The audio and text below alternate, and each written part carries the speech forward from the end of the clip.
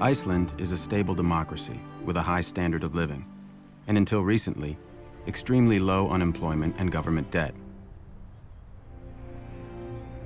We had the complete infrastructure of a modern society. Clean energy, food production, fisheries, with a quota system to manage them. Good healthcare, good education, clean air, not much crime. It's a good place for families to live. We had almost end of history status. But in 2000, Iceland's government began a broad policy of deregulation that would have disastrous consequences. First for the environment, and then for the economy.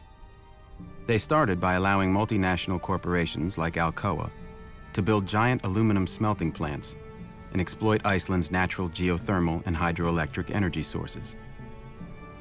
Many of the most beautiful areas in the highlands with the most spectacular colors are geothermal.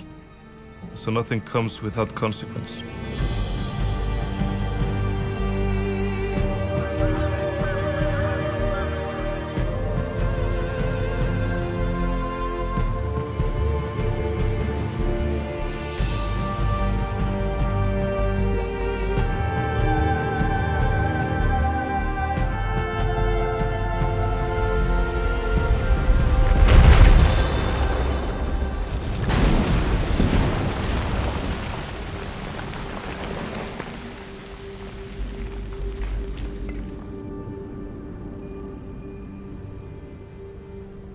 At the same time, the government privatized Iceland's 3 largest banks.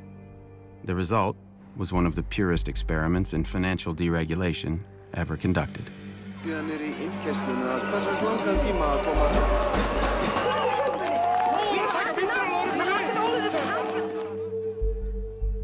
Finance took over and more or less wrecked the place.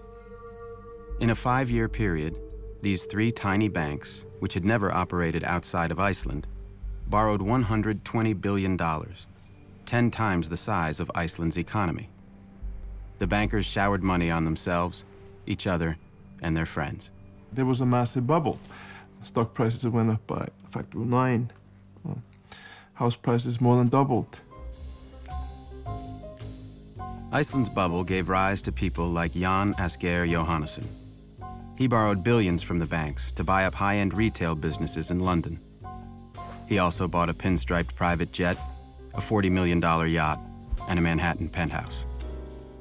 Newspapers always had the headline, "This millionaire bought this company," in the UK or in Finland or in France or wherever. Instead of saying, "This millionaire took a $1 billion loan to buy this company and he took it from your local bank." The banks set up money market funds, and the banks advised deposit holders to withdraw money and put them in the money market funds. The Ponzi scheme needed everything it could. American accounting firms like KPMG audited the Icelandic banks and investment firms and found nothing wrong. And American credit rating agencies said Iceland was wonderful. In February 2007, the rating agency decided to upgrade the banks to the highest possible rate, AAA. It went so far as the government here traveling with the bankers as a PR show. When Iceland's banks collapsed at the end of 2008, unemployment tripled in 6 months. There is nobody unaffected in Iceland.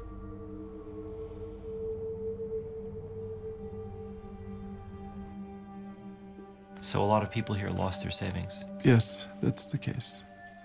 The government regulators who should have been protecting the citizens of Iceland had done nothing. You have 2 lawyers from the regulator going down to a bank to talk about some issue. When they approached the bank, they would see 19 SUVs outside outside the bank, right? So you enter the bank and you have the 19 lawyers sitting in front of you, right? Very, very well prepared, ready to kill any argument you make. And then if you do really well, they'll offer you a job, right? 1/3 of Iceland's financial regulators went to work for the banks. But this is a universal problem, huh? In New York, you have the same problem, right? I'm on my way, I'm making it.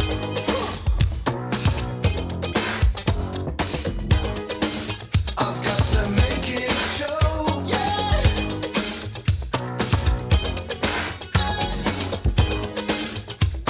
So much larger than life. I'm gonna watch it growing. What do you think of Wall Street incomes these days? Excessive. I've been told it's extremely difficult for the IMF to criticize the United States. I won't say that.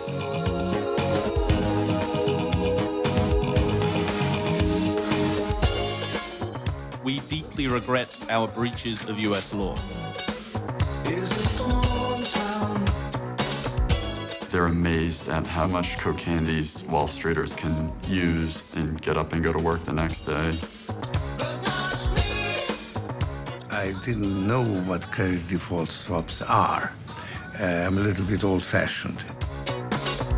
I've been stretching my mouth to let those be. Has Larry Summers ever expressed remorse? I don't hear confessions. I've had enough. I'm getting out to the city, a big, big city. I'll be a big noise with all the big boys so much. The government's just writing checks. That's Plan A, that's Plan B, and that's Plan C. Would you support legal controls on executive pay? I would not. I'm on my way, I'm making Are you comfortable with the level of compensation in the financial services industry? If they've earned it, then yes, I am. Do you think they've earned it? I think they've earned it. show, yeah. And so you've helped these people blow the world up. Oh, you could say that. So much larger than life. I'm gonna watch it grow. They were having massive private gains at public loss.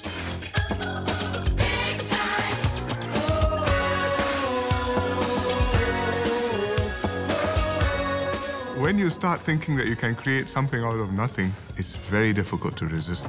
My parties have all the big names, and I greet them with the widest smile.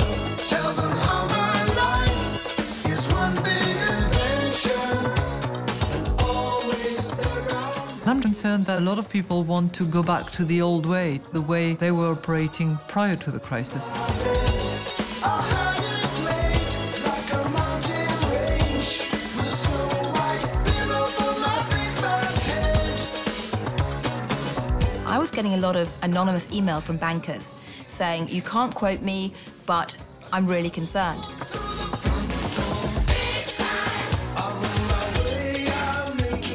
Why do you think there isn't a more systematic investigation being undertaken? Because then you'll find the culprits. Do you think that Columbia Business School has any significant conflict of interest problem? Don't see that we do.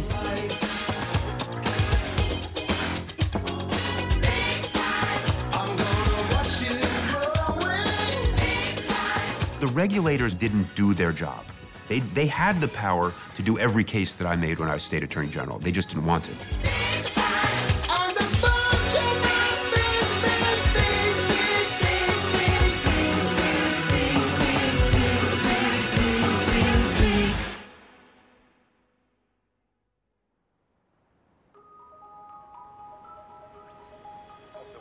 Lehman Brothers, one of the most venerable and biggest investment banks, was forced to declare itself bankrupt. Another, Merrill Lynch, was forced to sell itself. Today, crisis talks are underway. World financial markets are way down today following dramatic developments. 目前雷曼兄弟已经进入了破产清算程序，著名的会计事务所普华。Crise, panique. La presse française annonce clairement la couleur. In September 2008, the bankruptcy of the U.S. investment bank Lehman Brothers and the collapse of the world's largest insurance company, AIG, triggered a global financial crisis. Gripped markets overnight with Asian stocks Stocks fell off a cliff, the largest single point drop in history. Share prices continued to tumble in the aftermath of the Lehman collapse. The result was a global recession, which cost the world tens of trillions of dollars, rendered 30 million people unemployed, and doubled the national debt of the United States. If you look at the cost of it, destruction of equity wealth, of housing wealth, the destruction of income, of jobs, 15 million people globally could end up below the poverty line again. This is just a hugely expensive crisis. This crisis was not an accident. It was caused by an out-of-control industry. Since the 1980s, the rise of the U.S. financial sector has led to a series of increasingly severe financial crises. Each crisis has caused more damage, while the industry has made more and more money.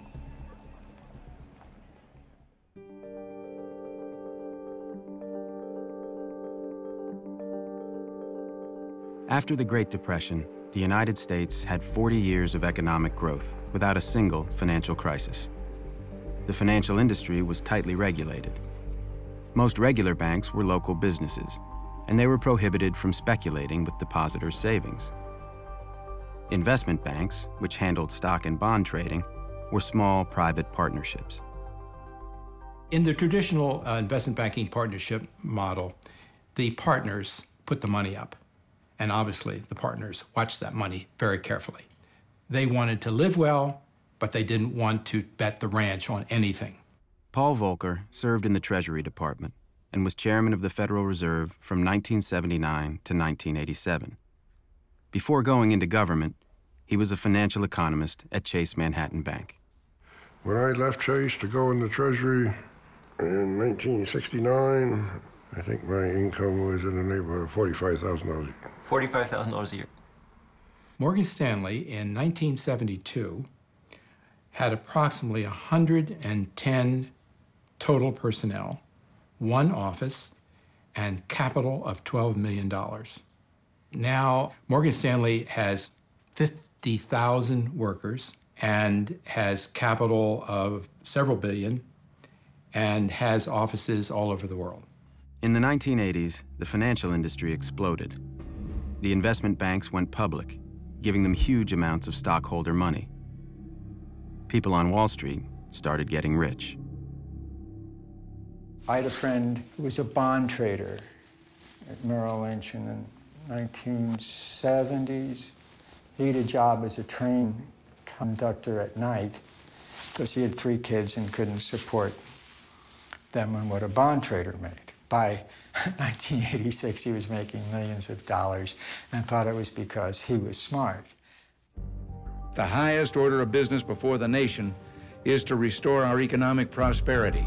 In 1981, President Ronald Reagan chose as Treasury Secretary the CEO of the investment bank Merrill Lynch, Donald Regan. Wall Street and the president do see eye to eye. I've talked to many leaders of Wall Street. They all say we're behind the president 100%. The Reagan administration, supported by economists and financial lobbyists, started a 30-year period of financial deregulation. In 1982, the Reagan administration deregulated savings and loan companies, allowing them to make risky investments with their depositors' money. By the end of the decade, hundreds of savings and loan companies had failed. This crisis cost taxpayers $124 billion and cost many people their life savings.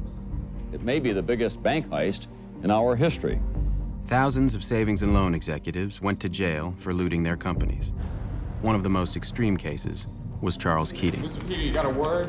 In 1985, when federal regulators began investigating him, Keating hired an economist named Alan Greenspan. In this letter to regulators, Greenspan praised Keating's sound business plans and expertise and said he saw no risk in allowing Keating to invest his customers' money. Keating reportedly paid Greenspan $40,000. Charles Keating went to prison shortly afterwards. As for Alan Greenspan, President Reagan appointed him chairman of America's central bank, the Federal Reserve. Greenspan was reappointed by Presidents Clinton and George W. Bush. During the Clinton administration, deregulation continued under Greenspan, and Treasury Secretaries Robert Rubin, the former CEO of the investment bank Goldman Sachs, and Larry Summers, a Harvard economics professor. The financial sector, Wall Street, being powerful, having lobbies, having lots of money, step by step captured the political system, both on the Democratic and the Republican side. By the late 1990s, the financial sector had consolidated into a few gigantic firms, each of them so large that their failure could threaten the whole system.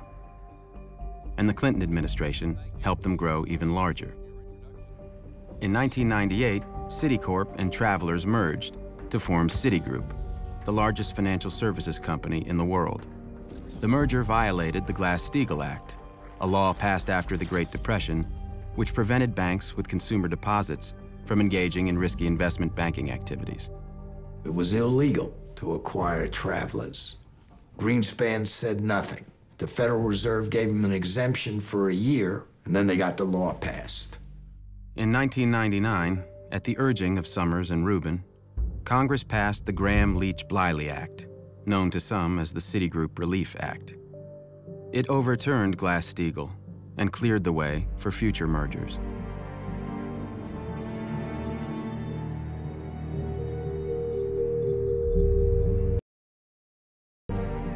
Why do you have big banks? Well, because banks like monopoly power, because banks like lobbying power, because banks know that when they're too big, they will be bailed. Markets are inherently unstable, or at least potentially unstable. And appropriate metaphor is the oil tankers. They're very big, and therefore you have to put in compartments to prevent the sloshing around of oil from capsizing the boat. The design of the boat has to take that into account. And after the Depression, the regulations actually introduced these very watertight compartments. And deregulation has led to the end of compartmentalization.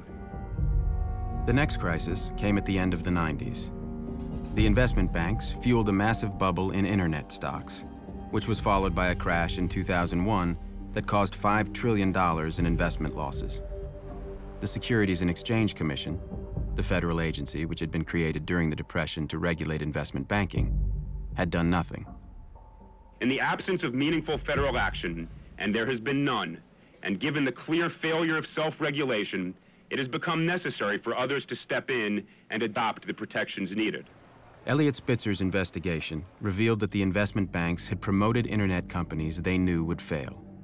Stock analysts were being paid based on how much business they brought in, and what they said publicly was quite different from what they said privately. Infospace, given the highest possible rating, dismissed by an analyst as a piece of junk. Excite, also highly rated, called such a piece of crap. The defense that was proffered by many of the investment banks was not, you're wrong. It was, everybody's doing it and everybody knows it's going on, and therefore nobody should rely on these analysts anyway. In December 2002, 10 investment banks settled the case for a total of $1.4 billion and promised to change their ways. Scott Talbot is the chief lobbyist for the Financial Services Roundtable, one of the most powerful groups in Washington, which represents nearly all of the world's largest financial companies. Are you comfortable with the fact that several of your member companies have engaged in large-scale criminal activity? You'll have to be specific. Okay. First of all, criminal activity shouldn't be accepted, period.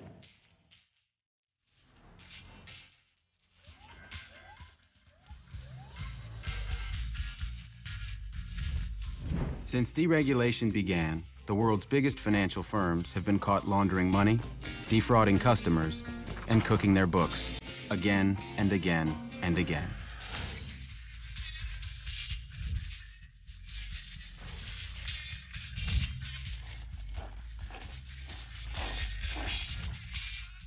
Credit Suisse helped funnel money for Iran's nuclear program and for the Aerospace Industries Organization of Iran, which builds ballistic missiles. Any information that would identify it as Iranian would be removed The bank was fined $536 million. Citibank helped funnel $100 million of drug money out of Mexico. Did you comment that she should, quote, lose any documents connected with the account? I said that in a kidding manner. It was at the early stages of this. I did not mean it seriously.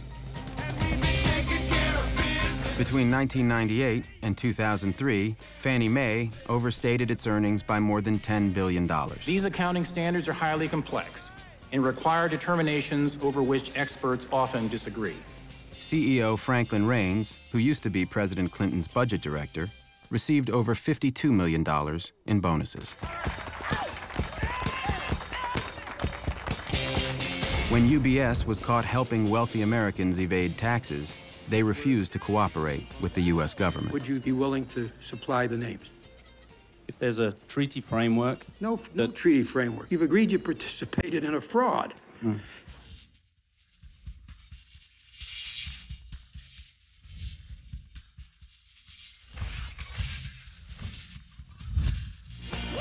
But while the companies face unprecedented fines, the investment firms do not have to admit any wrongdoing.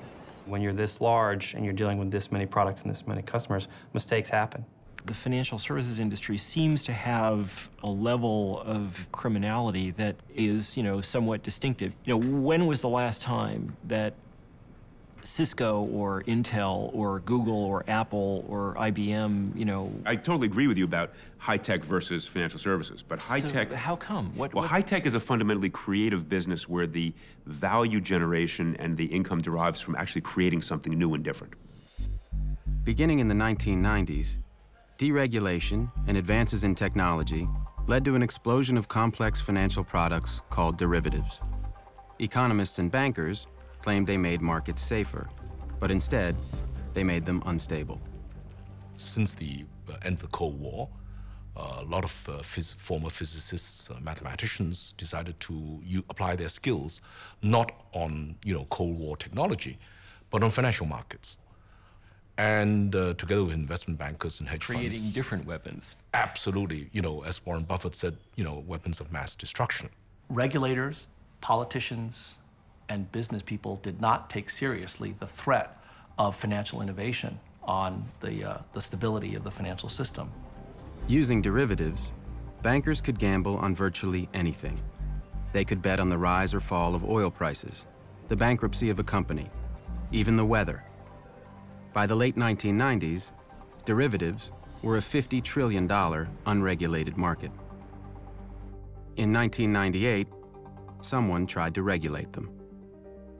Brooksley Born graduated first in her class at Stanford Law School and was the first woman to edit a major law review. After running the derivatives practice at Arnold & Porter, Born was appointed by President Clinton to chair the Commodity Futures Trading Commission, which oversaw the derivatives market. Brooksley Born asked me if I would come work with her. We decided that this was a serious, potentially destabilizing market. In May of 1998, the CFTC issued a proposal to regulate derivatives. Clinton's Treasury Department had an immediate response.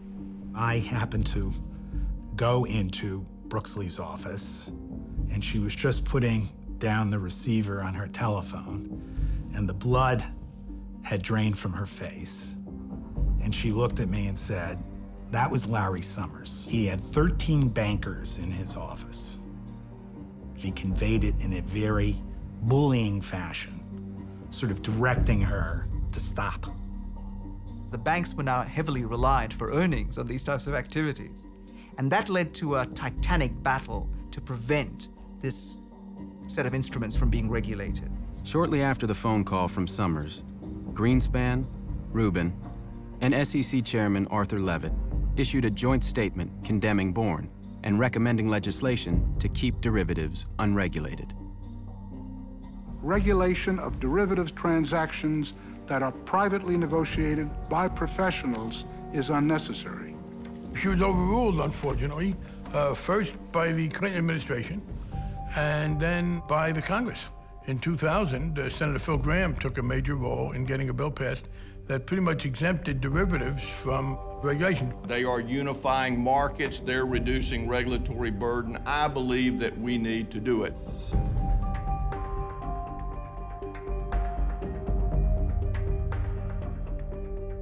It is our very great hope that it will be possible to move this year on legislation that in a suitable way goes to create legal certainty for OTC derivatives.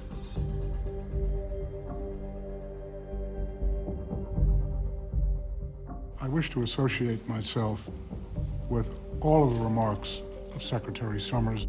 In December of 2000, Congress passed the Commodity Futures Modernization Act. Written with the help of financial industry lobbyists, it banned the regulation of derivatives. Once that was done, it was off to the races. And the use of derivatives and financial innovation exploded dramatically after 2000. So help me God. So help me God. By the time George W. Bush took office in 2001, the U.S. financial sector was vastly more profitable, concentrated, and powerful than ever before. Dominating this industry were 5 investment banks, 2 financial conglomerates, 3 securities insurance companies, and 3 rating agencies. And linking them all together was the securitization food chain, a new system which connected trillions of dollars in mortgages and other loans with investors all over the world. 30 years ago, if you went to get a loan for a home, the person lending you the money expected you to pay him or her back. You got a loan from a lender who wanted you to pay him back. We've since developed securitization, whereby the people who make the loan are no longer at risk if there's a failure to repay. In the old system, when a homeowner paid their mortgage every month, the money went to their local lender. And since mortgages took decades to repay, lenders were careful. In the new system, lenders sold the mortgages to investment banks. The investment banks combined thousands of mortgages and other loans, including car loans, student loans, and credit card debt, to create complex derivatives called collateralized debt obligations, or CDOs. The investment banks then sold the CDOs to investors. Now, when homeowners paid their mortgages, the money went to investors all over the world. The investment banks paid rating agencies to evaluate the CDOs, and many of them were given a AAA rating, which is the highest possible investment grade. This made CDOs popular with retirement funds, which could only purchase highly rated securities. This system was a ticking time bomb. Lenders didn't care anymore about whether a borrower could repay, so they started making riskier loans. The investment banks didn't care either. The more CDOs they sold, the higher their profits. And the rating agencies, which were paid by the investment banks, had no liability if their ratings of CDOs proved wrong. You weren't going to be on the hook, and there weren't regulatory constraints.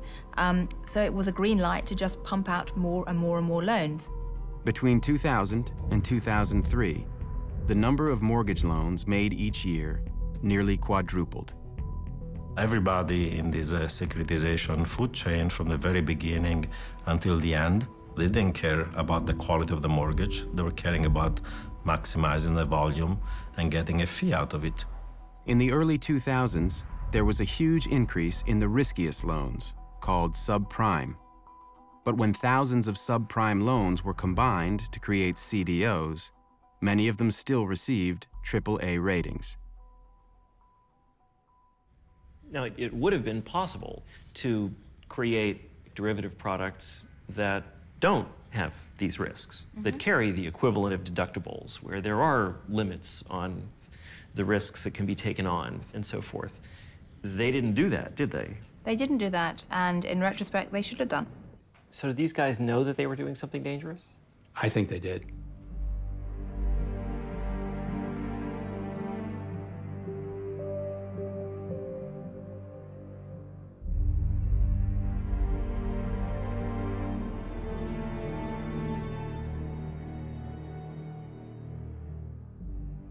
All the incentives that the financial institutions offered to their mortgage brokers were based on selling the most profitable products, which were predatory loans. If the banker makes more money if they put you in a subprime loan, that's where they're gonna put you.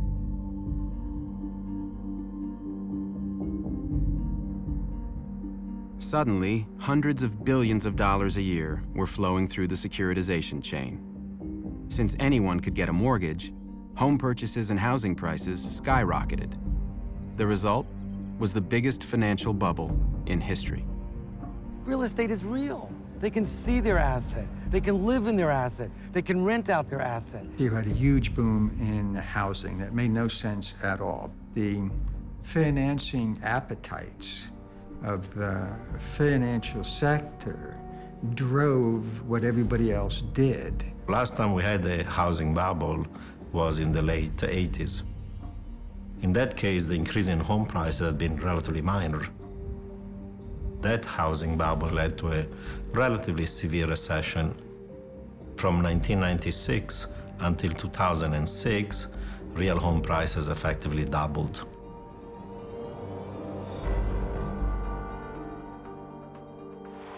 At $500 a ticket, they've come to hear how to buy their very own piece of the American dream. Goldman Sachs, Bear Stearns, Lehman Brothers, Merrill Lynch were all in on this. The subprime lending alone increased from $30 billion a year in funding to over $600 billion a year in 10 years. They knew what was happening. Countrywide Financial, the largest subprime lender, issued $97 billion worth of loans. It made over $11 billion in profits as a result. On Wall Street, annual cash bonuses spiked. Traders and CEOs became enormously wealthy during the bubble. Lehman Brothers was a top underwriter of subprime lending, and their CEO, Richard Fuld, took home $485 million. On Wall Street, this housing and credit bubble was leading to hundreds of billions of dollars of profits. By 2006, about 40% of all profits of S&P 500 firms was coming from financial institutions. It wasn't real profits, it wasn't real income, it was just money that was being created by the system and booked as income 2-3 years down the road. There's a default, it's all wiped out.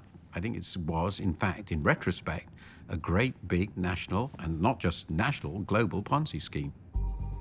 Through the Home Ownership and Equity Protection Act, the Federal Reserve Board had broad authority to regulate the mortgage industry, but Fed Chairman Alan Greenspan refused to use it. Alan Greenspan said, no, that's regulation. Ideologically, I don't believe in it. For 20 years, Robert Gnizda was the head of Greenlining, a powerful consumer advocacy group. He met with Greenspan on a regular basis. We gave him an example of Countrywide and 150 different complex adjustable rate mortgages. He said, if you had a doctorate in math, you wouldn't be able to understand them enough to know which was good for you and which wasn't. So we thought he was going to take action. But as the conversation continued, it was clear he was stuck with his ideology. We met again with Greenspan in 2005. Often we met with him twice a year, and never less than once a year. And he wouldn't change his mind.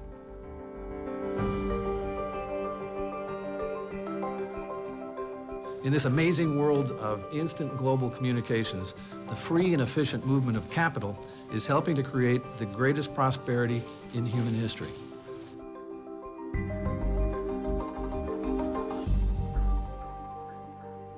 $146 people were cut from the enforcement division of the SEC. Is that what you also testified to? Yes. Yeah, I think there has been a systematic gutting, or whatever you want to call it, of the agency and its capability through cutting back of staff. The SEC Office of Risk Management was reduced to a staff, did you say, of one? Yeah, when that gentleman would go home at night, he could turn the lights out. During the bubble, the investment banks were borrowing heavily to buy more loans and create more CDOs. The ratio between borrowed money and the bank's own money was called leverage. The more the banks borrowed, the higher their leverage. In 2004, Henry Paulson, the CEO of Goldman Sachs, helped lobby the Securities and Exchange Commission to relax limits on leverage, allowing the banks to sharply increase their borrowing. The SEC somehow decided to let investment banks gamble a lot more. That was nuts. I don't know why they did that, but they did that.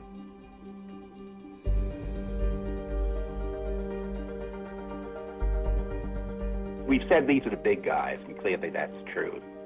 But that means if anything goes wrong, it's going to be an awfully big mess.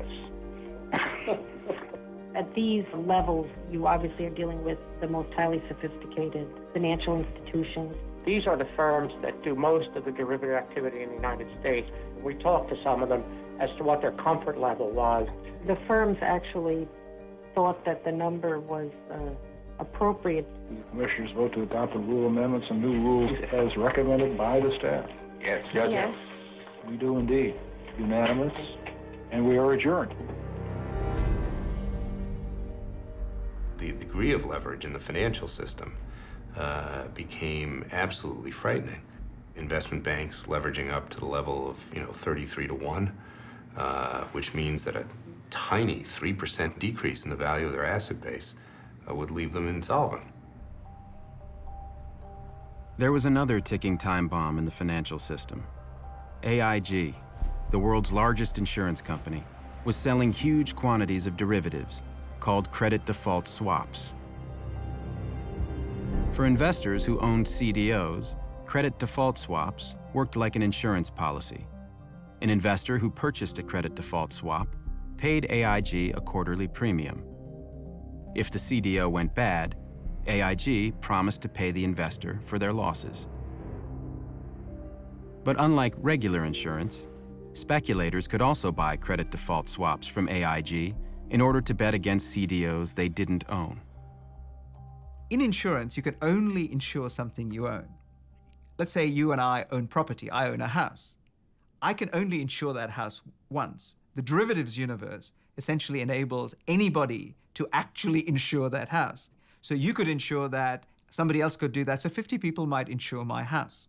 So what happens is, if my house burns down, now the number of losses in the system becomes proportionately larger. Since credit default swaps were unregulated, AIG didn't have to put aside any money to cover potential losses. Instead, AIG paid its employees huge cash bonuses as soon as contracts were signed. But if the CDOs later went bad, AIG would be on the hook. People are essentially being rewarded for taking massive risks in good times that generate short-term revenues and profits and therefore bonuses, but that's going to lead to the firm to be bankrupt over time. That's a totally distorted system of compensation. AIG's financial products division in London issued $500 billion worth of credit default swaps during the bubble, many of them for CDOs backed by subprime mortgages.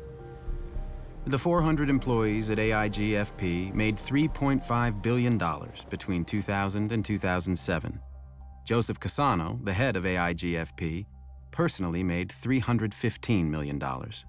It's hard for us, without being flippant, to even see a scenario within any kind of realm of reason that would see us losing $1 in any of those transactions.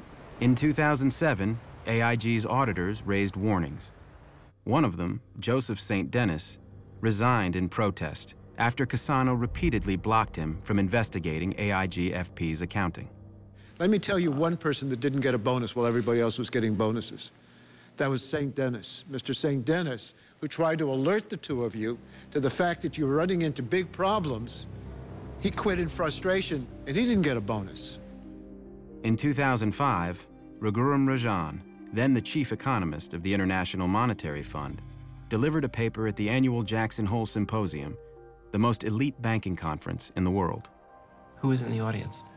It was, I guess, the central bankers of the world, ranging from Mr. Greenspan himself, Ben Bernanke, Larry Summers was there, Tim Geithner was there.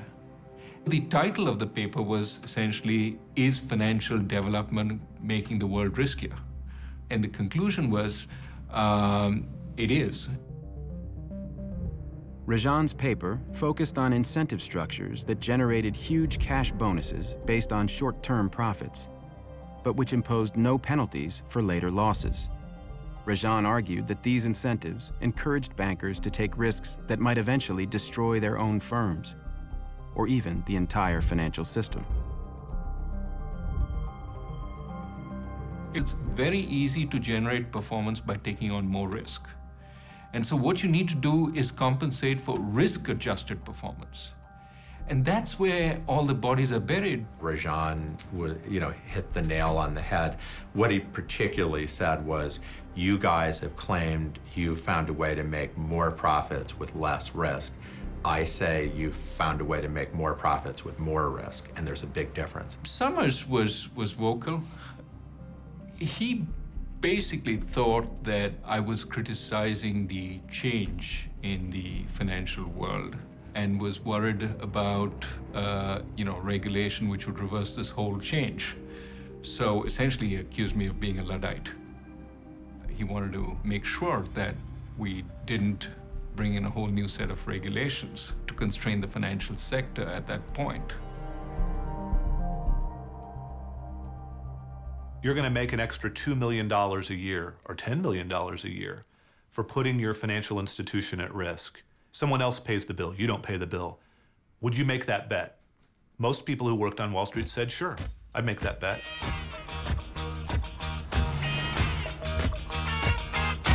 Many years since I was here. On the street, I was passing my time away. To the left was to the right. Buildings towering to the sky. It's out of sight in the dead of night. Here I am, in the city, with a fistful of dollars. And baby, you better believe I'm back in the New York groove. I'm back in the New York groove. It never was enough. They don't want to own one home. They want to own 5 homes. And they want to have an expensive penthouse on Park Avenue. And they want to have their own private jet. You think this is an industry where very high compensation levels are justified? Well, I think I would take caution or take heed or take exception to the word very high. I mean, it's all relative. You have a $14 million oceanfront home in Florida. You have a summer vacation home in Sun Valley, Idaho. You and your wife have an art collection filled with $1 million paintings. Richard Fuld never appeared on the trading floor. There were art advisors up there all the time. You know, he had his own private elevator. He went out of his way to be disconnected. I mean, his elevator, they hired technicians to program it, so that his driver would call in the morning and a security guard would hold it. There's only like a 2 or 3 second window where he actually has to see people. And he hops into this elevator and goes straight to 31. Lehman owned a bunch of corporate jets. Do you know about this? Yes. How many were there? Well, there were 6, including the 767s. He also had a helicopter. I see. Isn't that kind of a lot of planes to have for? We're dealing with type A personalities, and type A personalities know everything in the world. Banking became a pissing contest. Mine's bigger than yours, that kind of stuff. It was all men that ran it, incidentally. $50 billion deals were not large enough, so we do $100 billion deals. These people are risk takers, they're impulsive.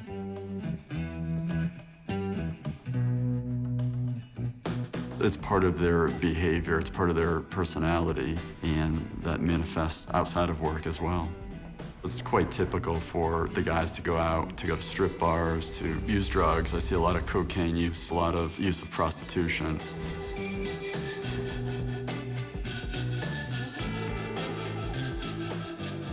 Recently, neuroscientists have done experiments where they've taken individuals and put them into an MRI machine, and they have them play a game where the prize is money.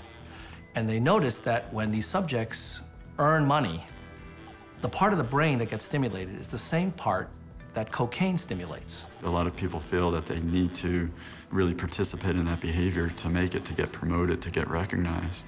According to a Bloomberg article, Business entertainment represents 5% of revenue for New York derivatives brokers and often includes strip clubs, prostitution, and drugs. A New York broker filed a lawsuit in 2007 against his firm, alleging he was required to retain prostitutes to entertain traders. There's just a blatant disregard for the impact that their actions might have on society, on family. They have no problem using a prostitute and going home to their wife.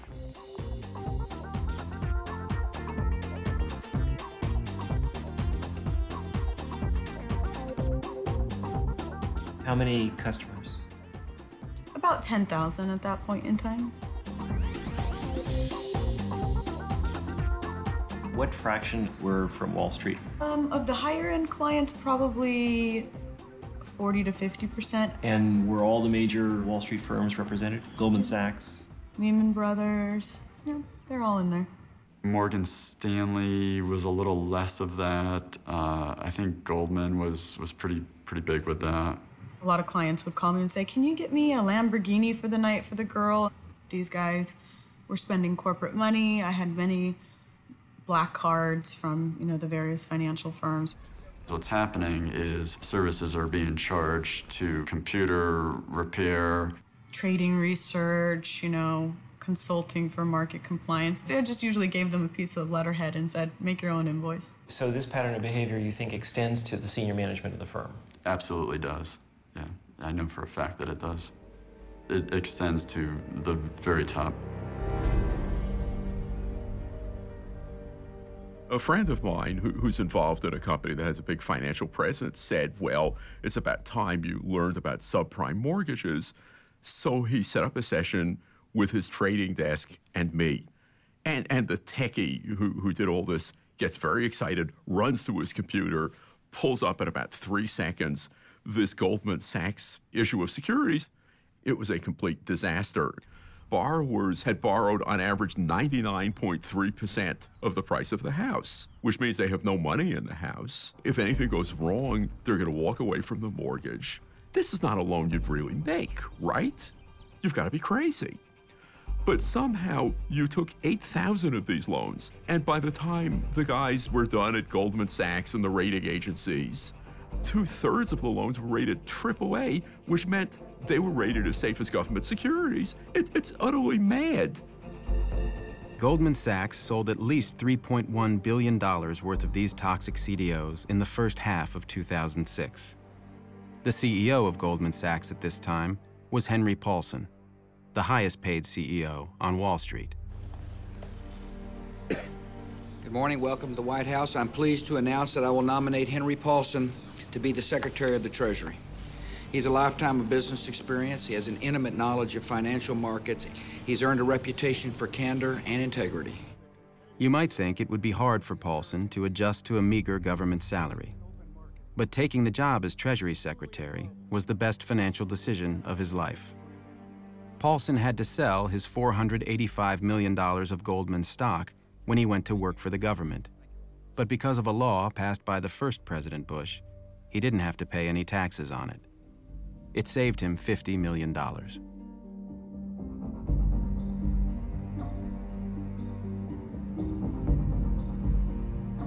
The article came out in October of 2007.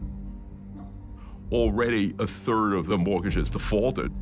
Now, most of them are gone. One group that had purchased these now worthless securities was the Public Employees Retirement System of Mississippi, which provides monthly benefits to over 80,000 retirees. They lost millions of dollars and are now suing Goldman Sachs.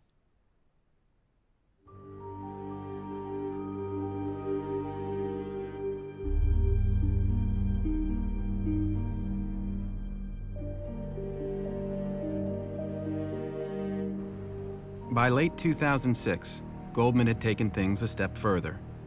It didn't just sell toxic CDOs. It started actively betting against them at the same time it was telling customers that they were high-quality investments. By purchasing credit default swaps from AIG, Goldman could bet against CDOs it didn't own and get paid when the CDOs failed. I asked if anybody called the customers and said, you know, we don't really like this kind of mortgage anymore, and we thought you ought to know. And, you know, they didn't really say anything, but, you know, you could just feel the laughter coming over the phone. Goldman Sachs bought at least $22 billion of credit default swaps from AIG. It was so much that Goldman realized that AIG itself might go bankrupt. So they spent $150 million insuring themselves against AIG's potential collapse. Then in 2007, Goldman went even further. They started selling CDOs specifically designed so that the more money their customers lost, the more money Goldman Sachs made.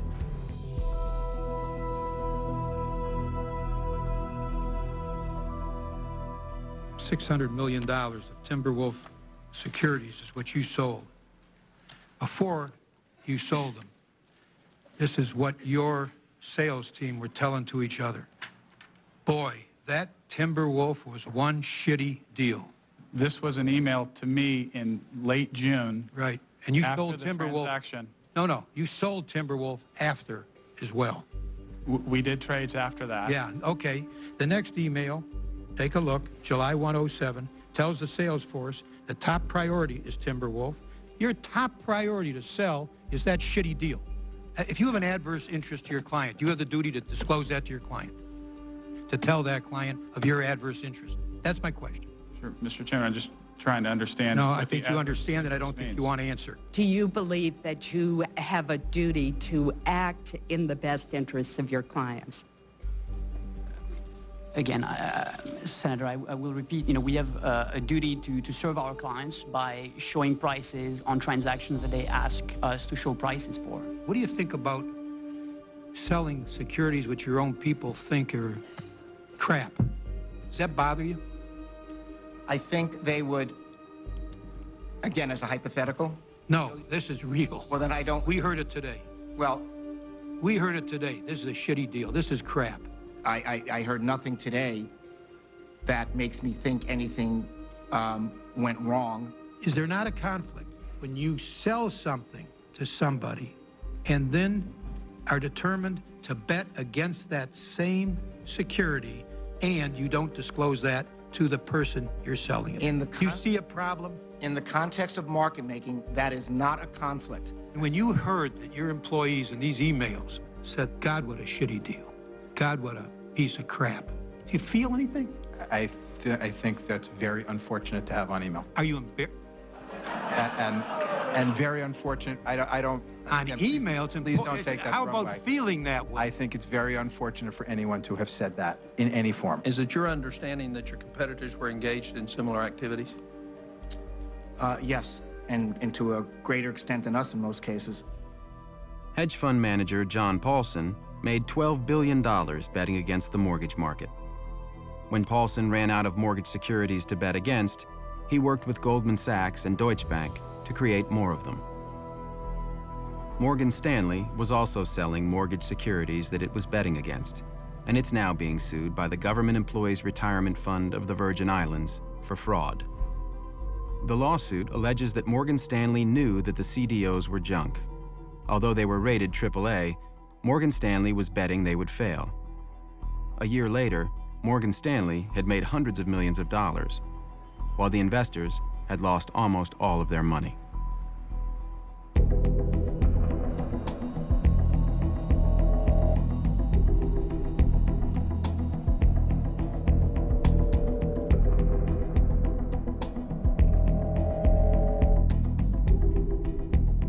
You would have thought that pension funds would have said, those are subprime. Why am I buying them?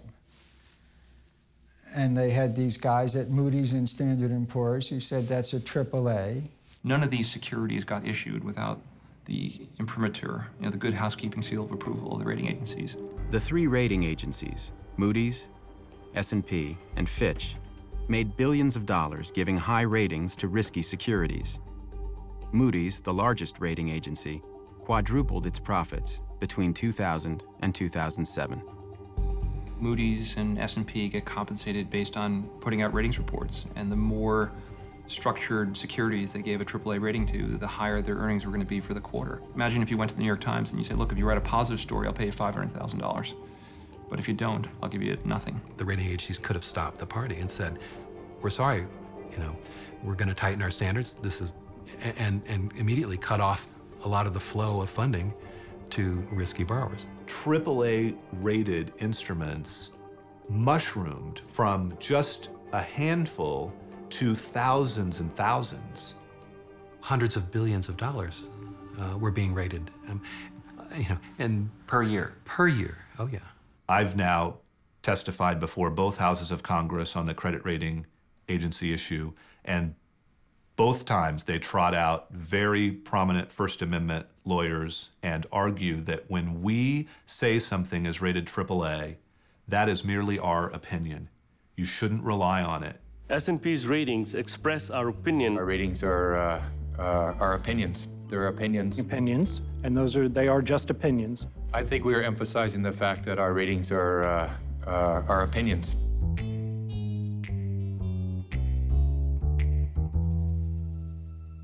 They do not speak to the market value of a security, the volatility of its price, or its suitability as an investment.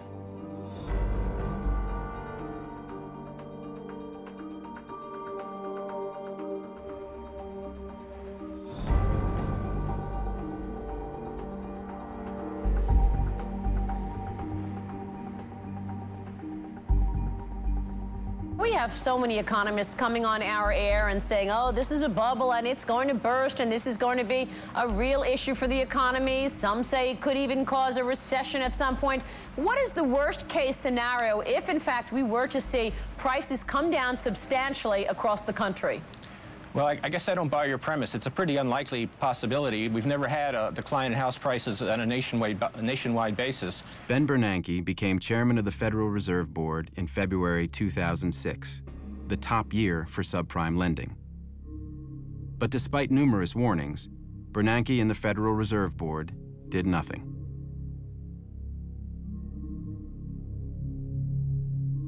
Robert Gneizda met with Ben Bernanke and the Federal Reserve Board 3 times after Bernanke became chairman. Only at the last meeting did he suggest that there was a problem and that the government ought to look into it. When was that? What year? It's 2009, March 11th in D.C. This year? This year we met, yes. And so for the 2 previous years you met him, even in 2008? Yes. One of the 6 Federal Reserve Board governors serving under Bernanke was Frederick Mishkin, who was appointed by President Bush in 2006. Did you participate in these semi-annual meetings that Robert Gneizda and Greenlining had with the Federal Reserve Board? Yes, I did. I was actually on the committee that was involved with that, the Consumer and Community Affairs Committee. He warned in an extremely explicit manner about what was going on, and he came to the Federal Reserve Board with loan documentation of the kind of loans that were frequently being made, and he was listened to politely and nothing was done. Right. So I don't know the details in terms of in fact, I just don't, whatever information he provided, I'm not sure exactly. It's actually, to be honest with you, I can't remember this kind of discussion, but certainly there were issues that were coming up. But then the question is, how pervasive are they? Why didn't you try looking? I think that people did. We have people looking. We had a whole group of people looking at this for whatever reason. You can't be serious. If you would have looked, you would have found things. That's very, very easy to always say that you can always find it. As early as 2004, the FBI was already warning about an epidemic of mortgage fraud. They reported inflated appraisals, doctored loan documentation, and other fraudulent activity. In 2005, the IMF's chief economist, Raghuram Rajan, warned that dangerous incentives could lead to a crisis. Then came Nouriel Roubini's warnings in 2006, Alan Sloan's articles in Fortune magazine and the Washington Post in 2007, and repeated warnings from the IMF. I say that on behalf of the institution, the crisis which is in front of us is a huge crisis. Who did you talk to? The government, Treasury, Fed, everybody. In May of 2007, hedge fund manager Bill Ackman circulated a presentation called Who's Holding the Bag, which described how the bubble would unravel. And in early 2008, Charles Morris published his book about the impending crisis. You're just not sure, what do you do? And you might have some suspicions that underwriting standards are being weakened, but then the question is, should you do anything about it? By 2008, home foreclosures were skyrocketing, and the securitization food chain imploded. Lenders could no longer sell their loans to the investment banks, and as the loans went bad, dozens of lenders failed. Chuck Prince of Citibank famously said that we have to dance until the music stops. Actually, the music had stopped already when he said that. The market for CDOs collapsed, leaving the investment banks holding hundreds of billions of dollars in loans, CDOs, and real estate they couldn't sell. When the crisis started, both the Bush administration and the Federal Reserve were totally behind the curve. They did not understand the extent of it. At what point do you remember thinking for the first time, this is dangerous, this is bad?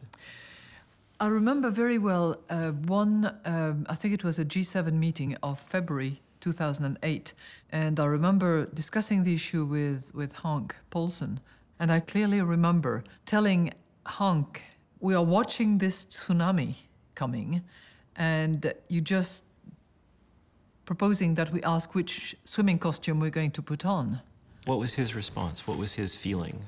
Things are pretty much under control. Yes, we are looking at this situation carefully, and yeah, it's under control. We're going to keep growing, okay? And obviously, I'll say it: if you're growing, you're not in recession, right? I mean, we all know that.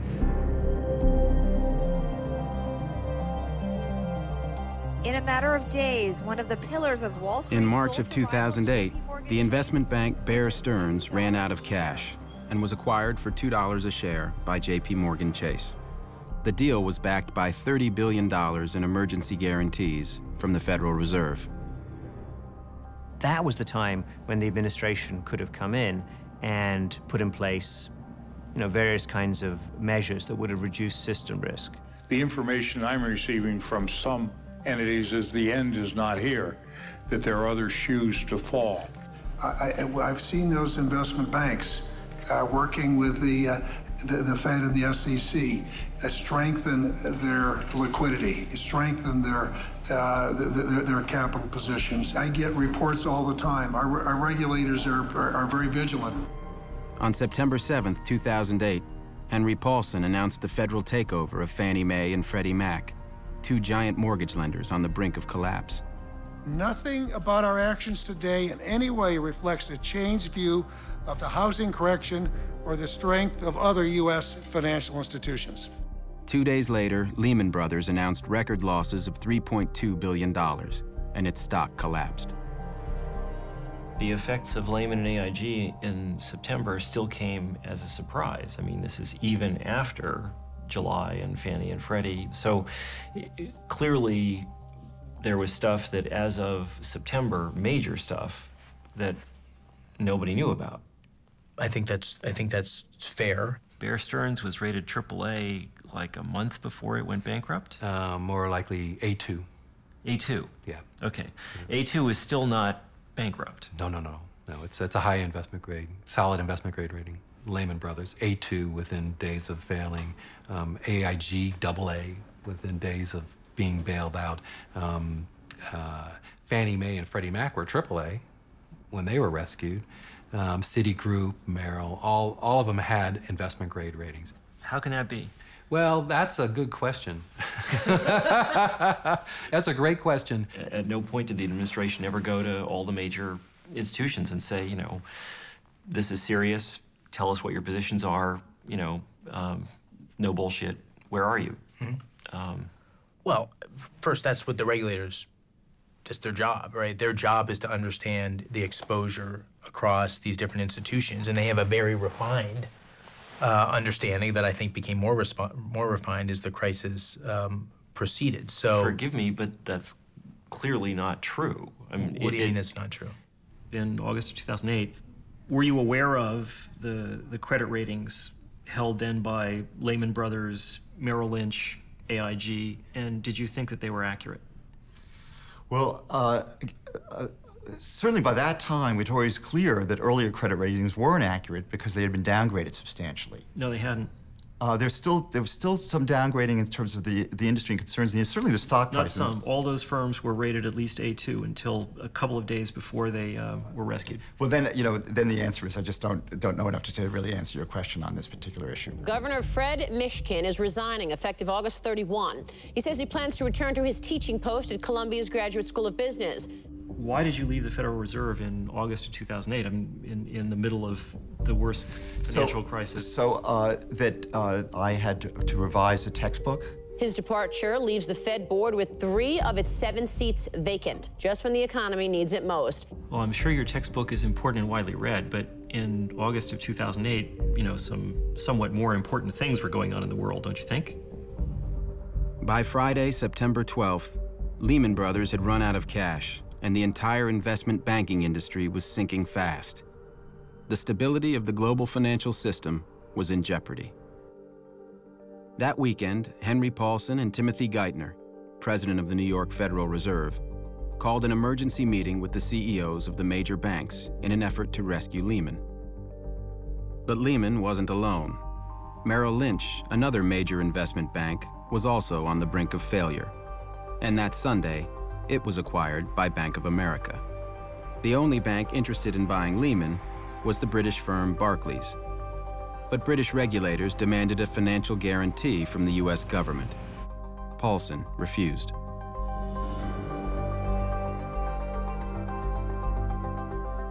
We all jumped into a yellow cab and went down to the Federal Reserve Bank. They wanted the bankruptcy case commenced before midnight of September 14. We kept pressing that this would be a terrible event. And at some point, I used the word Armageddon, and they fully considered the consequences of what they were proposing. The effect on the market would be extraordinary. You said this? Yes. They just said they had considered all of the comments that we had made, and they were still of the belief that in order to calm the markets and move forward, it was necessary for Lehman to go into bankruptcy. Calm the markets? Yes. When were you first told that Lehman, in fact, was going to go bankrupt? After the fact. After the fact? Mm-hmm. Wow, okay. And what was your reaction when you learned of it? Holy cow. Paulson and Bernanke had not consulted with other governments and didn't understand the consequences of foreign bankruptcy laws. Lehman Brothers London continued to empty their Under desks. British law, Lehman's London office had to be closed immediately. All transactions came to a halt, and there are thousands and thousands and thousands of transactions. The hedge funds who had had assets with Lehman in London discovered overnight, to their complete horror, that they couldn't get those assets back. One of the points of the hub failed, and that had huge knock-on effects around the system. The oldest money market fund in the nation wrote off roughly $750 million in bad debt issued by the now bankrupt Lehman Brothers. Lehman's failure also caused a collapse in the commercial paper market, which many companies depend on to pay for operating expenses such as payroll. That means maybe they have to lay off employees. They can't buy parts. It stops business in its tracks. Suddenly, people stood and said, listen, what can we believe in? There's nothing we can trust anymore. That same week, AIG owed $13 billion to holders of credit default swaps, and it didn't have the money. AIG was another hub. If AIG had stopped, all planes may have to be, stop flying. On September 17th, AIG is taken over by the government. And one day later, Paulson and Bernanke asked Congress for $700 billion to bail out the banks. We're coming together. They warned that the alternative would be a catastrophic financial collapse. It was scary, the entire system froze up. Every part of the financial system, every part of the credit system, nobody could borrow money. There was like a cardiac arrest of the global financial system. I'm playing the hand that was dealt me. A lot of what I'm dealing with, I'm dealing with the consequences of things that were done often many years ago. Secretary Paulson spoke throughout the fall and all the potential root causes of this, and there are plenty. He called him. So I'm not sure. You're not being serious about that, are you? I am being serious. What would you have expected? What were you looking for that you didn't see? He was the senior advocate for prohibiting the regulation of credit default swaps and also lifting the leverage limits on the investment banks. So again, he mentioned those things? I never heard him mention those things. Could we turn this off for a second?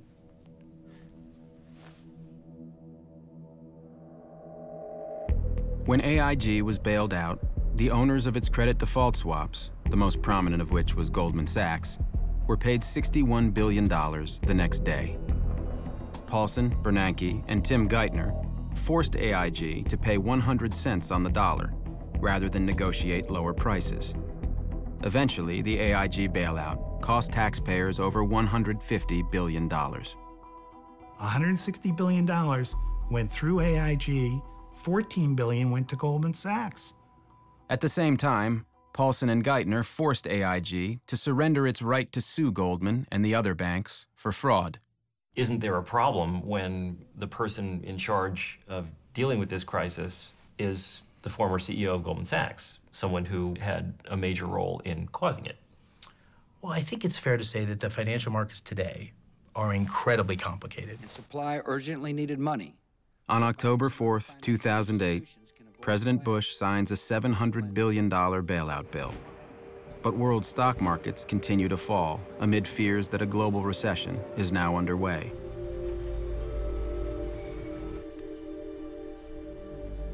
The bailout legislation does nothing to stem the tide of layoffs and foreclosures. Unemployment in the United States and Europe quickly rises to 10%. The recession accelerates and spreads globally. I began to get really scared because I hadn't foreseen the whole world going down at the same rate at the same time. By December of 2008, General Motors and Chrysler are facing bankruptcy. And as U.S. consumers cut back on spending, Chinese manufacturers see sales plummet. Over 10 million migrant workers in China lose their jobs. At the end of the day, the poorest, as always, pay the most.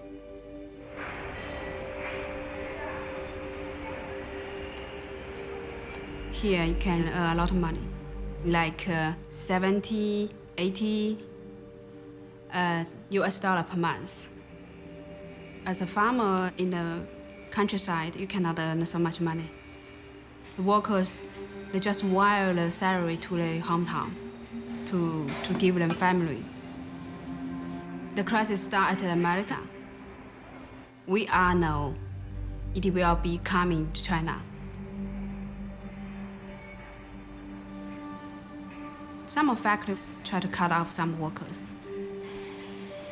And some people get poor because they lose the job. The lives get harder.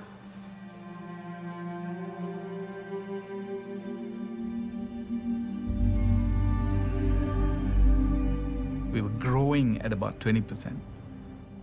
It was a super year. And then we suddenly went to -9 this quarter. Exports collapsed, and we're talking like 30%. So we just took a hit, fell off a cliff, boom. Even as the crisis unfolded, we didn't know how wide it was going to spread or how severe it was going to be. And we were still hoping that there would be some way for us to have a shelter and be less battered by the storm. But it's not possible. It's a very globalized world. The economies are all linked together.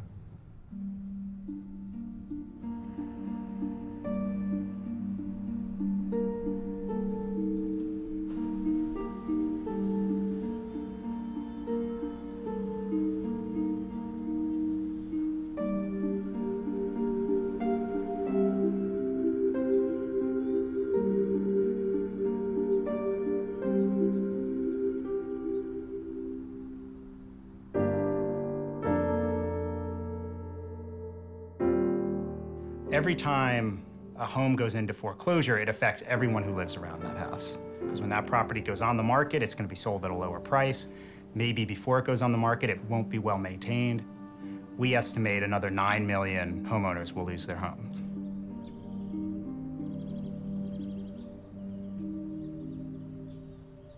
Salimos un fin de semana a ver, a mirar qué casas estaban de venta. Miramos una, el pago iba a ser de $3,200.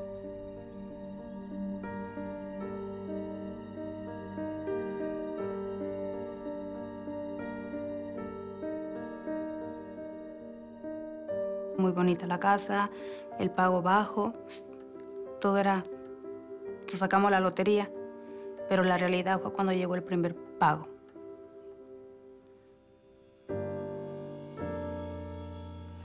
Y yo en lo personal me sentía muy mal con mi esposo, porque trabaja demasiado y tenemos 3 hijos.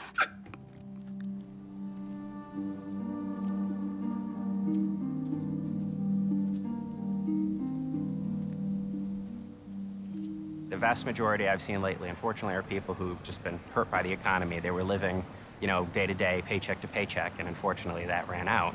And unemployment isn't going to pay a house mortgage. It's not going to pay a car bill. I was a log truck driver, and they shut down all the logging systems up there, shut down the sawmills and everything. So I moved down here on a construction job, and the construction job got shut down too. So things are so tough. There's a lot of people out there, and pretty soon you're going to be seeing more camps like this around because there's just no jobs right now.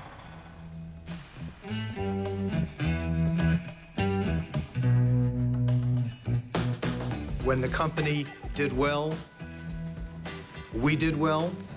When the company did not do well, sir, we did not do well. The men who destroyed their own companies and plunged the world into crisis walked away from the wreckage with their fortunes intact. The top 5 executives at Lehman Brothers made over $1 billion between 2000 and 2007. And when the firm went bankrupt, they got to keep all the money. The system worked. It doesn't make any sense for us to make a loan that's going to fail because we lose. They lose, the borrower loses, the community loses, and we lose. Countrywide CEO Angelo Mozillo made $470 million between 2003 and 2008. $140 million came from dumping his Countrywide stock in the 12 months before the company collapsed. Ultimately, I hold the board accountable when a business fails, because the board is responsible for hiring and firing the CEO and overseeing big strategic decisions. The problem with board composition in America is the way boards are elected. You know, the boards are pretty much, in many cases, picked by the CEO. The board of directors and the compensation committees are the 2 bodies best situated to determine the pay packages for executives. How do you think they've done over the past 10 years? Well, I think that if you look at those, I would give about a B. Because a B? A B, yes. Not an F? Not an F, not an F.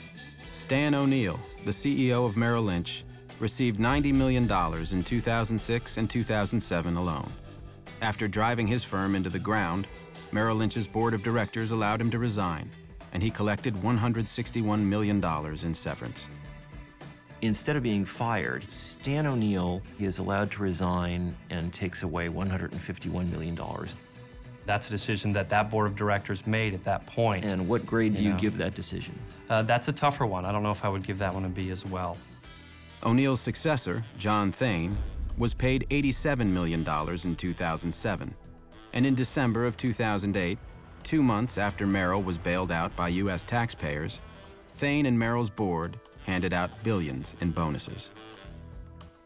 In March of 2008, AIG's Financial Products Division lost $11 billion. Instead of being fired, Joseph Cassano, the head of AIG FP, was kept on as a consultant for $1 million a month. And you want to make sure that the key players and the key employees within AIG FP, we retain that intellectual knowledge. I attended a very interesting dinner organized by Hank Paulson a little more than 1 year ago. With some officials and a couple of CEOs from the biggest banks in the U.S. And surprisingly enough, all these gentlemen were arguing we were too greedy.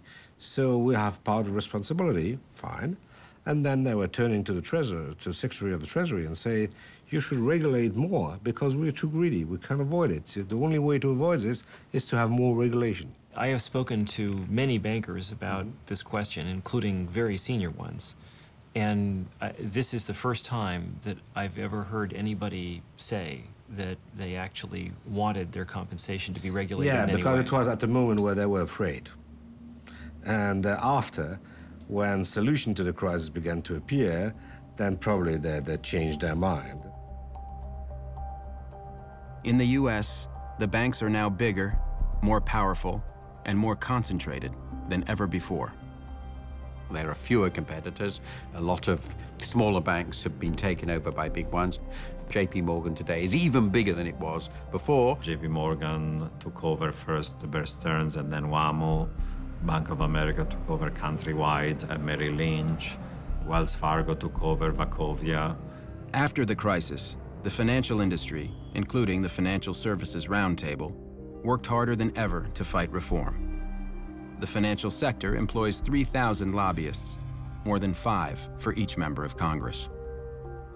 Do you think the financial services industry has excessive political influence in the United States? No. I think that every person in the country is represented here in Washington. And you think that all segments of American society have equal and fair access to the system? You can walk into any hearing room that you would like. Yes, I do. One can walk into any hearing room. One cannot necessarily write the kind of lobbying checks that your industry writes or engage in the level of political contributions that your industry engages in. Between 1998 and 2008, the financial industry spent over $5 billion on lobbying and campaign contributions. And since the crisis, they're spending even more money. The financial industry also exerts its influence in a more subtle way, one that most Americans don't know about. It has corrupted the study of economics itself. Deregulation had tremendous financial and intellectual support because people argued it for their own benefit. The economics profession was the main source of that illusion. Since the 1980s, academic economists have been major advocates of deregulation and played powerful roles in shaping U.S. government policy. Very few of these economic experts warned about the crisis. And even after the crisis, many of them opposed reform. The guys who taught these things tended to get paid a lot of money being consultants. Business school professors don't live on a faculty salary. They do very, very well. Over the last decade, the financial services industry has made about $5 billion worth of political contributions in the United States. It's kind of a lot of money. That doesn't bother you? No. Martin Feldstein is a professor at Harvard and one of the world's most prominent economists.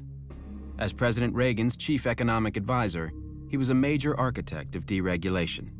And from 1988 until 2009, he was on the board of directors of both AIG and AIG Financial Products, which paid him millions of dollars.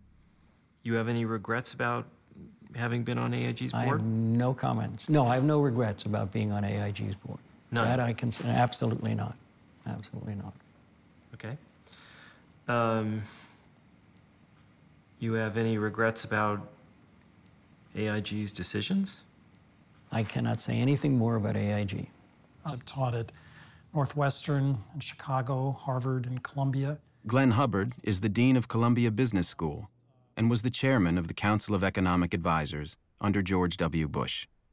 Do you think the financial services industry has too much political power in the United States? I don't think so, no. You certainly wouldn't get that impression by the drubbing that they regularly get in Washington. Many prominent academics quietly make fortunes while helping the financial industry shape public debate and government policy. The Analysis Group, Charles River Associates, Compass Lexicon, and the Law and Economics Consulting Group manage a multi-billion-dollar industry that provides academic experts for hire. Two bankers who used these services were Ralph Ciaffi and Matthew Tannen. Bear Stearns hedge fund managers prosecuted for securities fraud. After hiring the analysis group, both were acquitted. Glenn Hubbard was paid $100,000 to testify in their defense. Do you think that the economics discipline has a conflict of interest problem? I'm not sure I know what you mean. Do you think that a significant fraction of the economics discipline, number of economists, have financial conflicts of interest that in some way might call into question or color? Oh, I see what you're saying. I doubt it. You know, most academic economists, aren't wealthy business people. Hubbard makes $250,000 a year as a board member of MetLife and was formerly on the board of Capmark, a major commercial mortgage lender during the bubble, which went bankrupt in 2009. He has also advised Nomura Securities, KKR Financial Corporation, and many other financial firms. Laura Tyson, who declined to be interviewed for this film, is a professor at the University of California, Berkeley. She was the chair of the Council of Economic Advisors and then director of the National Economic Council in the Clinton administration. Shortly after leaving government, she joined the board of Morgan Stanley, which pays her $350,000 a year. Ruth Simmons, the president of Brown University, makes over $300,000 a year on the board of Goldman Sachs. Larry Summers, who as Treasury Secretary played a critical role in the deregulation of derivatives, became president of Harvard in 2001. While at Harvard, he made millions consulting to hedge funds and millions more in speaking fees, much of it from investment banks. According to his federal disclosure report, Summers' net worth is between $16.5 million and $39.5 million. Frederick Mishkin, who returned to Columbia Business School after leaving the Federal Reserve, reported on his federal disclosure report that his net worth was between $6 million and $17 million. In 2006, you co-authored a study of Iceland's financial system. Right. Iceland is also an advanced country with excellent institutions, low corruption, rule of law. The economy has already adjusted to financial liberalization, while prudential regulation and supervision is generally quite strong. Yeah, and that was the mistake. That turns out that that the prudential regulation and supervision was not strong in Iceland, and particularly during this period. So what led you to think that it was? I think that you're going with the information you had, and generally the view was that Iceland had very good institutions. It was a very advanced country. Who told you that? What kind of research did you do? You talk to people. You have faith in the central bank, which actually did fall down on the job. Clearly, Why do you have faith in a central bank? Well, that faith because you go with the information you have. How much were you paid to write it? I was paid. I think the number was. It's public information.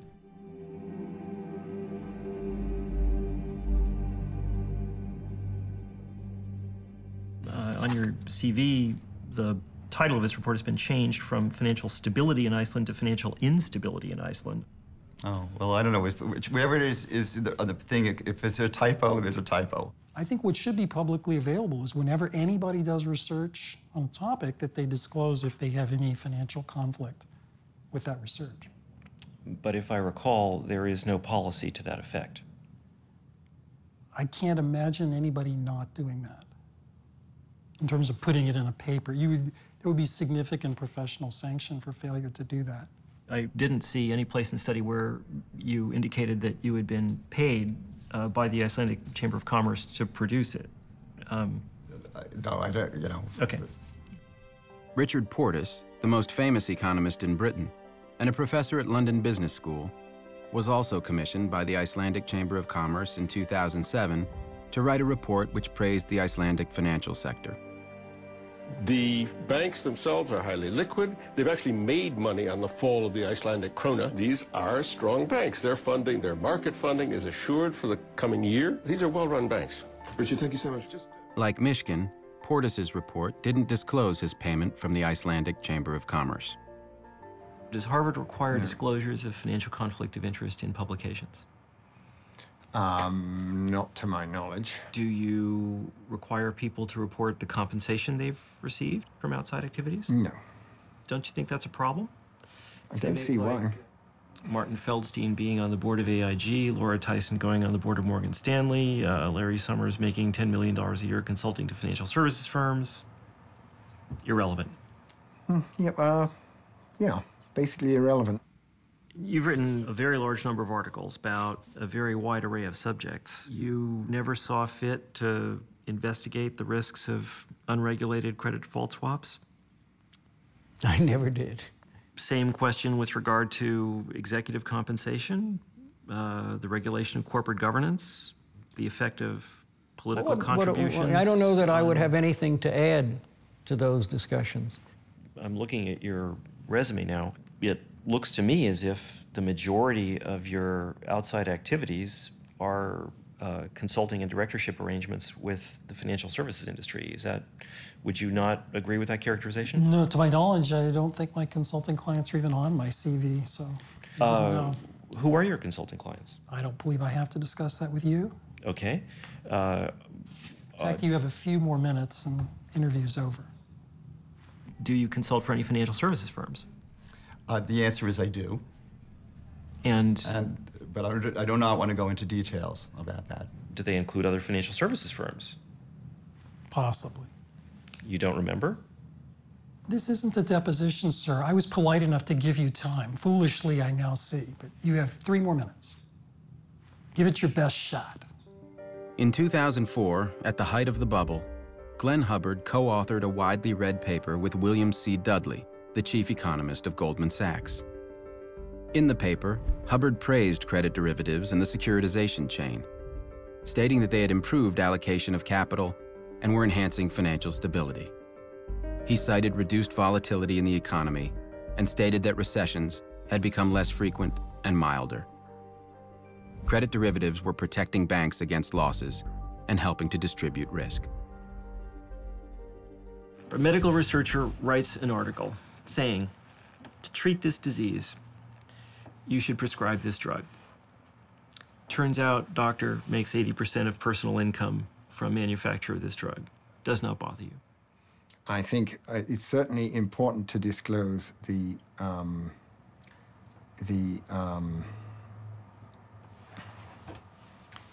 well, I think that's also a little different from cases that we're talking about here because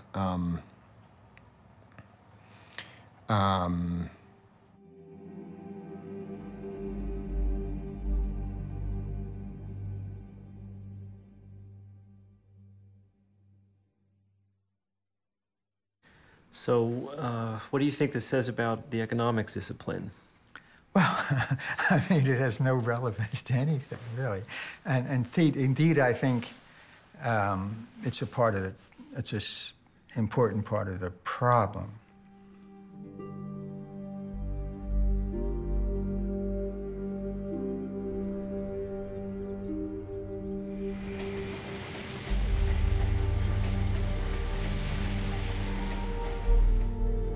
The rising power of the U.S. financial sector was part of a wider change in America. Since the 1980s, the United States has become a more unequal society, and its economic dominance has declined. Companies like General Motors, Chrysler, and U.S. Steel, formerly the core of the U.S. economy, were poorly managed and falling behind their foreign competitors. And as countries like China opened their economies, American companies sent jobs overseas to save money. For many, many years, the 660 million people in the developed world were effectively sheltered from all of this additional labor that existed on the planet. Suddenly, the bamboo curtain and the iron curtain are lifted, and you have 2.5 billion additional people. American factory workers were laid off by the tens of thousands. Our manufacturing base was destroyed literally over the course of a few years. As manufacturing declined, other industries rose.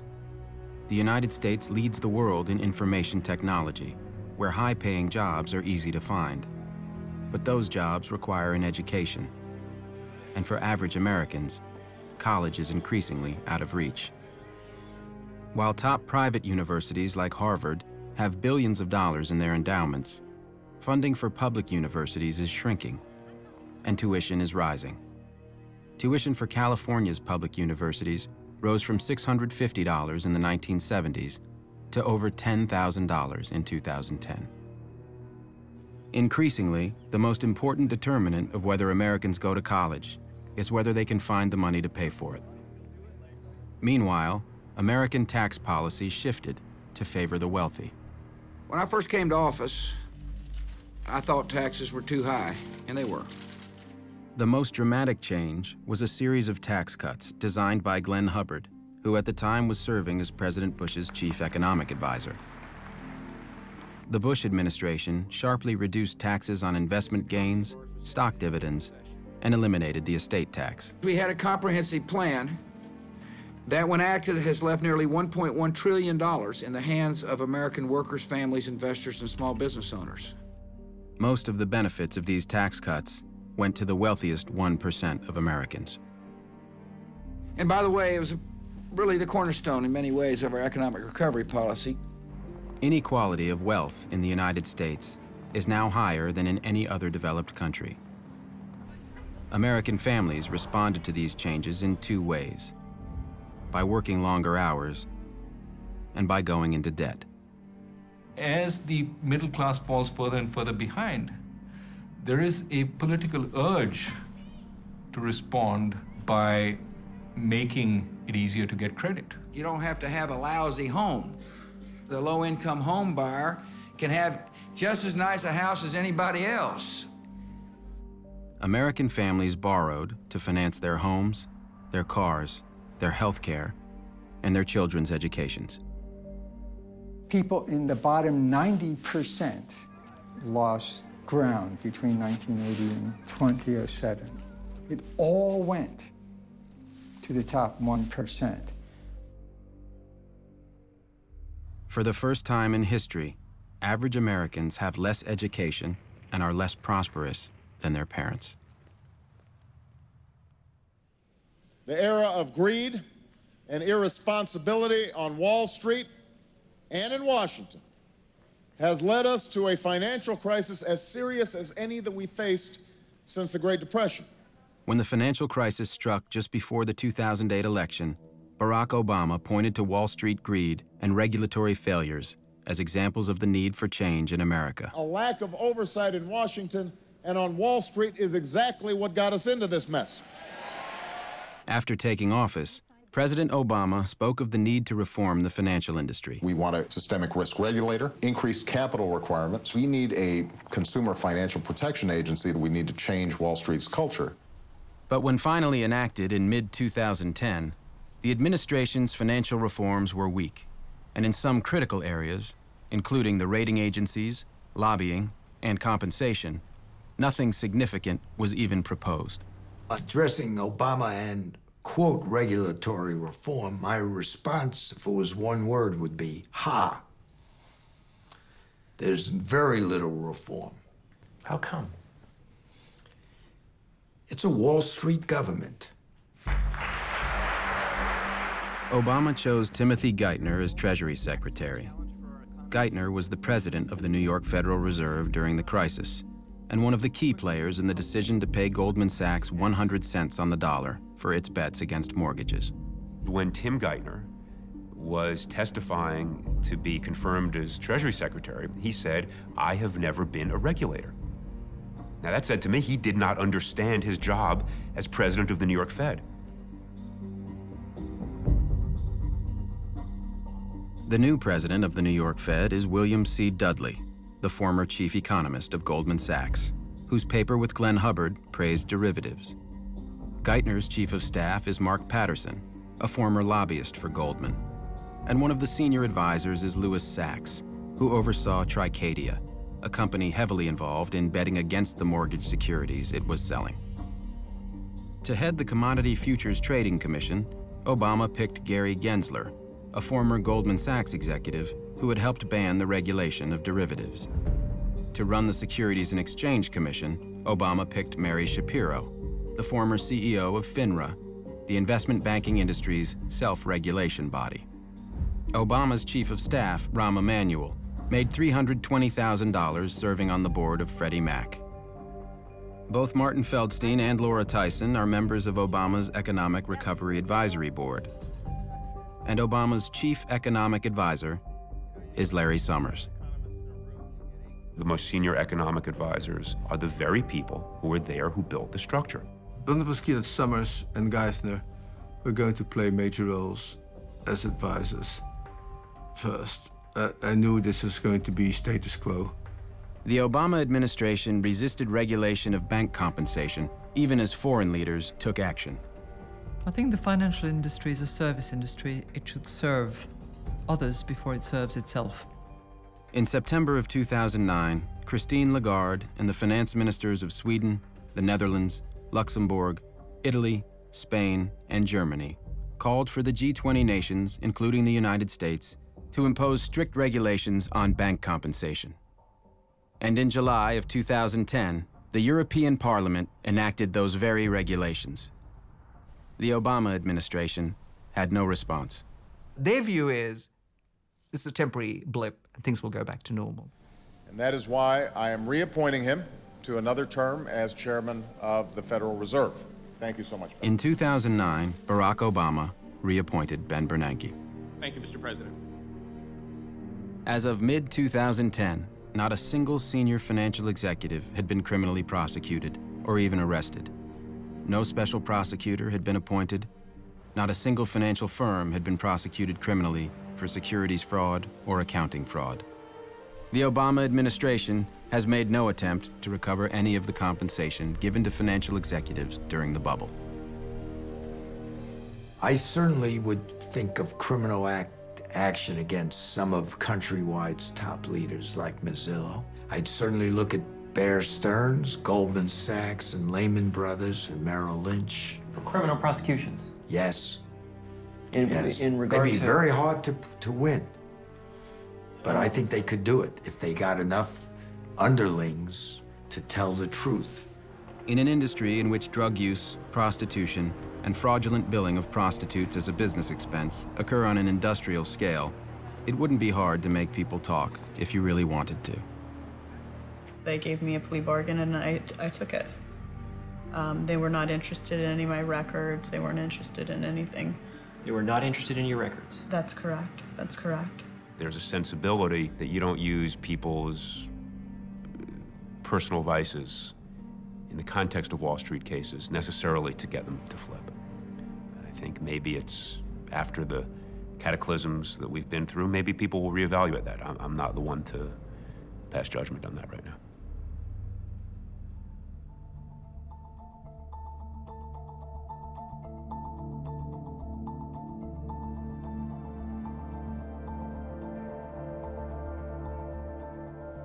You come to us today telling us we're sorry, we didn't mean it, we won't do it again.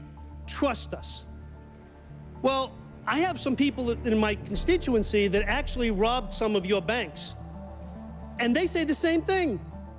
They're sorry, they didn't mean it, they won't do it again. In 2009, as unemployment hit its highest level in 17 years, Morgan Stanley paid its employees over $14 billion, and Goldman Sachs paid out over $16 billion. In 2010, bonuses were even higher. Why should a financial engineer be paid four times to 100 times more than a real engineer?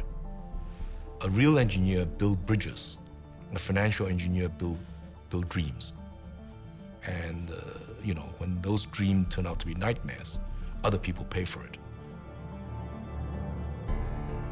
For decades, the American financial system was stable and safe. But then something changed. The financial industry turned its back on society, corrupted our political system, and plunged the world economy into crisis.